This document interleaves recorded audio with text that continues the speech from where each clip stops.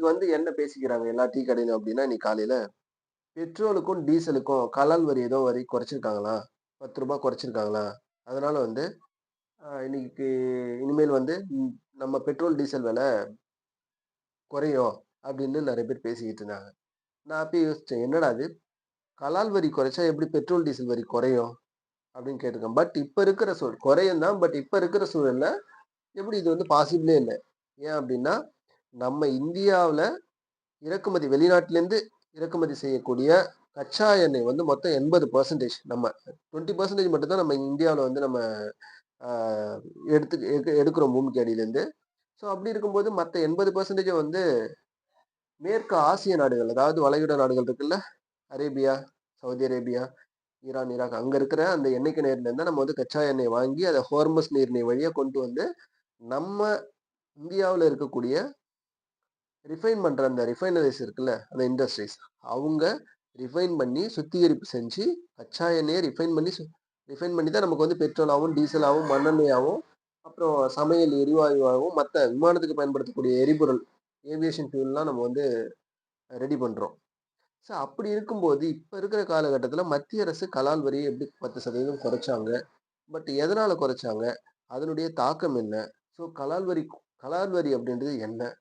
அப்படின்றத இன்னைக்கு நம்ம முழுசா பார்க்கலாம். ஓகேங்களா? ஃபர்ஸ்ட் கலால் வரி அப்படின்னா என்னன்னு பார்ப்போம். கலால் வரி அப்படின்னா என்னன்னா, இப்போ ஹார்முஸ் நீரிணையிலேருந்து கொண்டு வரப்படக்கூடிய கச்சா எண்ணெய் எடுத்துட்டு வராங்க இல்லையா? இந்த சுத்திகரிப்பு செய்யக்கூடிய அந்த ஆயில் நிறுவனங்கள் அ எரிபொருள் நிறுவனங்கள்லாம் இருக்காங்கல்ல, அவங்க வந்து வெளிநாடுகள்லேருந்து, மேற்கு ஆசிய நாடுகள்லேருந்து கச்சா எண்ணெய் எடுத்துட்டு வராங்க. அதான் குரூட் ஆயில எடுத்துட்டு வந்து, இங்க என்ன பண்றாங்கன்னா, அவங்களுடைய சொந்த ரிஃபைனரீஸ்ல வந்து அத ரிஃபைன் பண்றாங்க. சுத்திகரிப்பு பண்ணி தான் நமக்கு வந்து பெட்ரோல், டீசலாவும் குடுக்குறாங்க. அந்த ப்ராசஸ் நடக்குதுல்ல, அந்த குரூட் ஆயில ரிஃபைன் பண்ற சுத்திகரிக்கிற இடத்துல பண்றாங்கல்ல. அப்படி பண்ணும்போது அந்த இண்டஸ்ட்ரிக்கு வந்து ஒவ்வொரு கவர்மெண்ட் அந்த நாட்டினுடைய கவர்மெண்ட் விதிக்கிற வரி தான் கலால் வரி. எக்சைஸ் டியூட்டி அப்படின்னு சொல்லுவாங்க. டாக்ஸ். ஓகேங்களா? அப்போ இங்க பாருங்க. வெளிநாட்டிலேருந்து கச்சா எண்ணெய வாங்கி அந்த கப்பல் நிறுவனங்கள், அந்த சொந்த நிறுவனங்கள் ரிஃபைன் பண்ணக்கூடிய இப்ப நம்ப இந்திய நாட்டுல இருக்கக்கூடியதுன்னா, Indian oil, Bharat petroleum, Hindustan petroleum இதெல்லாம் இருக்குல்ல. இவங்கலாம் என்ன பண்றாங்கன்னா, இவங்கலாம் வாங்கிட்டு வந்து இங்க ரிஃபைன் பண்ணி நமக்கு குடுக்குறாங்க. அப்புறம் அதுலேருந்து என்ன வருது? அவங்க டைரக்ட்டா சுத்திகரிக்கப்பட்ட அந்த பெட்ரோலா வருது, டீசலா வர்றது எல்லாத்தையும் ஒவ்வொரு பெட்ரோல் பங்க்லயும் கொண்டாந்து அந்தந்த இடத்துல இருக்கிற பெட்ரோல் பங்க்ல குடுக்குறாங்க. அத தான் நம்ம வாங்குறோம். இதுதான் ப்ராசஸ். அப்ப கலால் வரின்றது எங்க விதிக்கப்படுது? ஒரு பொருள வந்து தயாரிக்கிற இடத்திலேயே விதிக்கப்படுறது தான் கலால் வரி. சரிங்களா? அப்ப ஏன் வந்து அந்த நமக்கு இந்தியன் கவர்மெண்ட் எதுக்கு இப்போ ரீசென்ட்டா ரூ. 10 குறைச்சாங்க அப்படின்னு கேட்டீங்கன்னா, பாருங்க. இப்போ போர் சூழல் காரணமா அங்கேருந்து எடுத்துட்டு வரதே ரொம்ப கஷ்டமா இருக்கு. ஒண்ணு வந்து கச்சா எண்ணெய் கிடைக்கல. சரிங்களா? ஏன்னா அந்த ஹார்முஸ் நீரிணைய மூடிட்டாங்க. சரிங்களா? ஏன் அந்த வழி அவ்வளோ இம்பார்ட்டன்ஸ்னா, உலகத்துல இருக்கக்கூடிய மற்ற நாடுகளுக்கு தேவையான கச்சா எண்ணெய் அதிலேருந்து தான் என்ன ஆகுது? போயிட்டுருக்கு. அப்ப அந்த கச்சா எண்ணெய் வந்து நம்ம எங்கேருந்து வாங்குறோம்னா, அந்த ஹார்முஸ் ஸ்ட்ரெய்ட் வழியா தான் வந்து மத்த நாடுகளுக்கு, உலகின் பல்வேறு நாடுகளுக்கு போயிட்டுருக்கு. இப்போ அந்த ஹார்முஸ் நீரிணைய வந்து ஈரான் வந்து குளோஸ் பண்ணிட்டாங்க. குளோஸ் பண்ணது தான் பிரச்சனை. அந்த வழியா கப்பல் எதுவும் வர முடியல. நம்ம கச்சா எண்ணெய் க்ரூட் ஆயிலே எடுத்துட்டு வேற இடத்துக்கு முடியல. அதனால இப்போ போர் பதட்டம் காரணமாக இந்த இடத்துலேருந்து எடுத்துட்டு வரணும் இல்லையா? அந்த இடத்துலேருந்து எடுத்துட்டு வரணும்னா எவ்வளோ செலவாகும்? ஒரு சில டைம் ஏதாவது அட்டாக் நடந்துச்சுன்னா, அந்த கப்பல் வந்து பாதிக்கப்படலாம். சரிங்களா? அவ்ளோ பொருளும் வீணாகலாம்.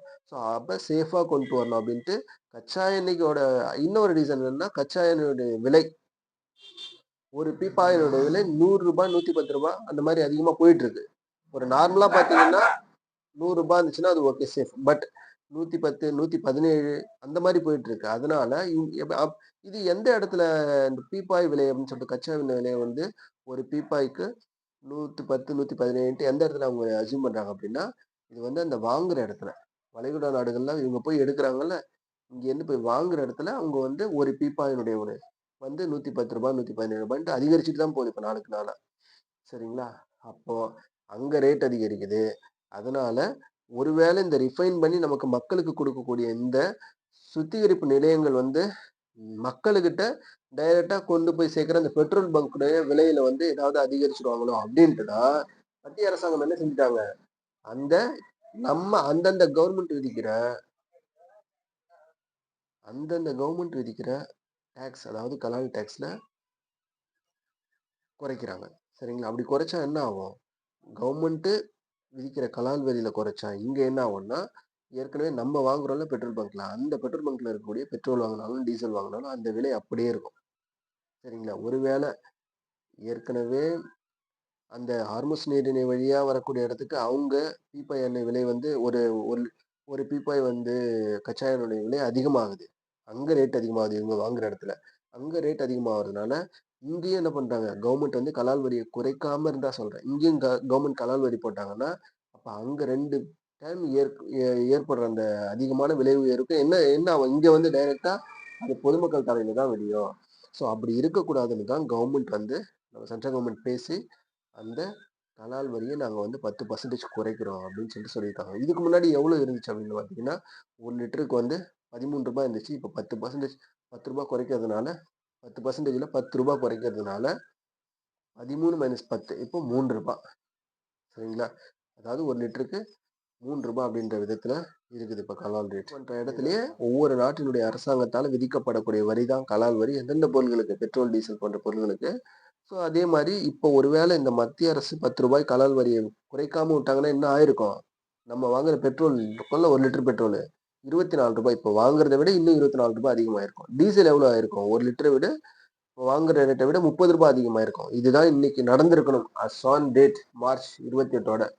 பட் இது நடக்கல. கவர்மெண்ட் வந்து சரியா டிசைட் பண்ணி இந்த இத வந்து கொஞ்சம் ஸ்டெபிலைஸ் பண்ணிட்டாங்க. ஆனா இதுக்கு அடுத்து நம்ம என்ன பார்க்கணும் அப்படின்னா, நெறைய விஷயங்கள். லாக்டவுன் வந்துருமா? ஹோட்டல்லாம் மூடுறாங்க. நெறைய நாட்ல நம்மளுடைய இந்தியாவினுடைய அண்டை நாட்ல ஹோட்டல்லாம் மூடிக்கிட்டு இருக்காங்க. ஸோ அதனால கண்டிப்பா லாக்டவுன் வந்துரும். லாக்டவுன்னா லாக்டவுன் மாதிரி ஒரு சிச்சுவேஷன். ஹோட்டல்லாம் இருக்காது, பஸ் எல்லாம் ஓடாது. ஏன்னா ஃபியூல் சப்ளை வந்து கொஞ்சம் கொஞ்சமா குறைஞ்சுகிட்டு இருக்கு. அப்புறம் சுத்தமா சிலிண்டர் கிடைக்காது. அப்படின்ற மாரி சொல்லிக்கிட்டு இருக்கு. போலியான வதந்தியான தகவல்கள்லாம் பரவிட்டு இருக்கு. அதெல்லாம் நம்பாதீங்க. கவர்மெண்ட் சைட்லேருந்து ஒரு அப்டேட் குடுக்கும்போது மட்டும் நம்புங்க. மத்தது எல்லாமே ஃபேக்கா தான் இருக்கு. ஸோ யாரும் எதுக்கும் பயப்பட வேணாம். ஒவ்வொரு நாட்டினுடைய அரசாங்கமும் அந்தந்த மக்கள் மேல அதாவது அத்தியாவசியம் வந்து நமக்கு அன்றாட மக்களுக்கு அவங்களுடைய தேவைகளுக்கு போய் சேரணும் அப்படின்னு சொல்லிட்டு அந்தந்த கவர்மெண்ட்டும் வந்து சரியான முடிவு எடுத்துட்டு இருக்காங்க. ஸோ இந்தியாவை பொறுத்த வரைக்கும் நார்மலா தான் இருக்கு. யாரும் இதுக்கு பயப்பட வேணாம். ஸோ ஓகேவா? இதுதான் இப்போ கலால் வரி என்ன தெரிஞ்சுக்கிட்டோம் அப்படின்னா, கலால் வரின்னா என்ன? அது எங்க விதிக்கிறாங்க?